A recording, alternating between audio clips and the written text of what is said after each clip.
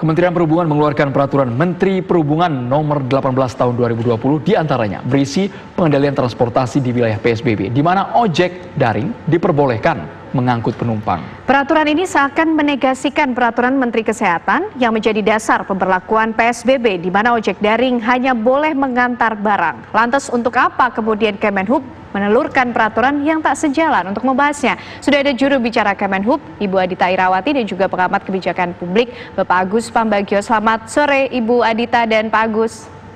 Selamat sore. Ya. Mungkin kami mau ke Bu Adita terlebih dahulu.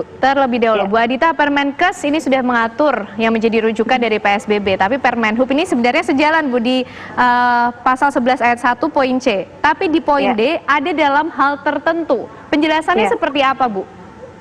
Baik, mungkin yang pertama saya perlu tegaskan ya bahwa peraturan Menteri Perhubungan nomor 18 tahun 2020 dan peraturan Menteri Kesehatan nomor 9 tentang pedoman PSBB ini sebenarnya sudah selaras dan senafas ya, dalam arti sama-sama ingin mencegah perluasan penyebaran COVID-19 di seluruh wilayah Indonesia. Nah, sekarang terkait dengan klausul mengenai sepeda motor, perlu kami tegaskan bahwa pengaturan yang ada di dalam peraturan Menteri nomor 18 tahun 2020 ini adalah untuk PSBB di seluruh wilayah Indonesia. Yang kita tahu bahwa karakteristik daerahnya itu bisa sangat berbeda-beda, ya. Dan apa yang tercantum di dalam pasal 11 ayat 1D yang tadi sudah disebutkan, sebenarnya ini merupakan sebuah klausul untuk memberikan ruang dan opsi kepada daerah yang memiliki karakteristik di mana masih dibutuhkan sepeda motor itu untuk bisa mengangkut penumpang, baik untuk kepentingan masyarakat maupun kepentingan pribadi. Oleh karena itu, ada dalam klausul tersebut disampaikan bahwa dalam kondisi tertentu, ya, sepeda motor dapat mengangkut penumpang untuk kepentingan masyarakat dan kepentingan pribadi, tetapi dengan syarat atau protokol kesehatan yang harus dipenuhi. Jadi sekali lagi saya tegaskan bahwa ini ada klausul semacam itu karena kami di Kementerian Perhubungan ini harus mengatur seluruh wilayah di Indonesia. Saya contohkan saja sekarang di kota Pekanbaru. Saya mendapatkan informasi bahwa rencananya mereka akan menetapkan PSBB yang masih mengizinkan ojek online untuk membawa penumpang. Karena memang karakteristik daerahnya bisa jadi memang masih membutuhkan hal tersebut. Demikian penjelasan saya.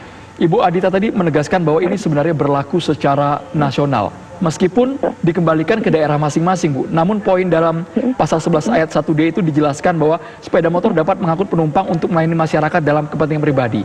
Yang dikhawatirkan, Bu, ini dijadikan kekuatan hukum yang tetap oleh masyarakat yang ada di bawah, Bu. Iya. Oke, disinilah kemudian memang dibutuhkan pengawasan, ya. Karena ini nanti tetap dikembalikan kepada daerah PSBB yang sudah ditetapkan PSBB, dan pemerintah daerah juga yang kemudian akan mengkaji apakah daerahnya masih membutuhkan dan memenuhi apa yang disebut dengan apabila ada sebuah kondisi tertentu tadi dalam klausul pasal 11 ayat 1D, ya. Dan dengan setelah kemudian ditetapkan bahwa PSBB-nya akan memberlakukan boleh membawa penumpang, ya tentunya konsekuensinya adalah pemerintah daerah setempat juga sanggup melakukan pengawasannya. Ya, karena kami tetap memikirkan bagaimana agar klausul ini tetap bisa menjaga jangan sampai terjadi penularan. Oleh karena itulah ada syarat-syarat yang harus dipenuhi. Dan disinilah diperlukan pengawasan khususnya dari pemerintah daerah yang melakukan atau mengimplementasikan ketentuan tersebut. Demikian. Bu Adita, kalau kita mungkin berkaca dari wilayah DKI Jakarta sendiri saja, Bu, di mana Pak Anies ini masih menggunakan peraturan Menkes sebagai rujukan. Artinya yang mensyaratkan bahwa kendaraan roda 2 ini mengangkut satu penumpang. Lalu peraturan yang mana, Bu, akhirnya yang nanti bisa dijadikan panduan untuk masyarakat?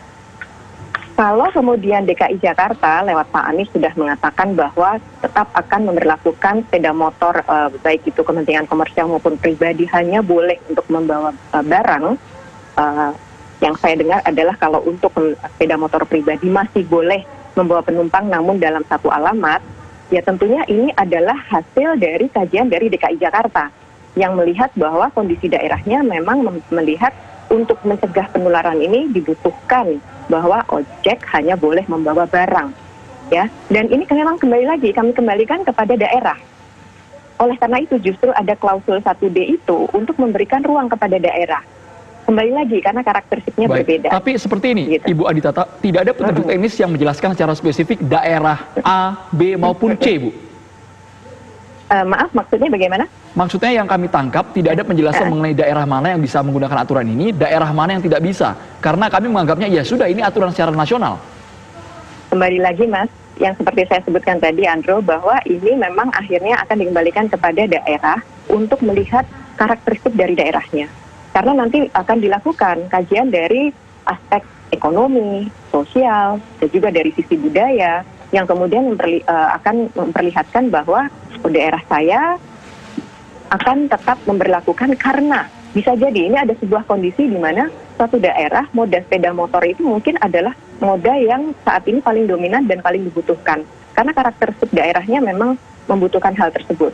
Jadi ini kita juga harus mempertimbangkan hal itu ya, tidak bisa kemudian kita samakan satu daerah dengan daerah yang lain. Demikian.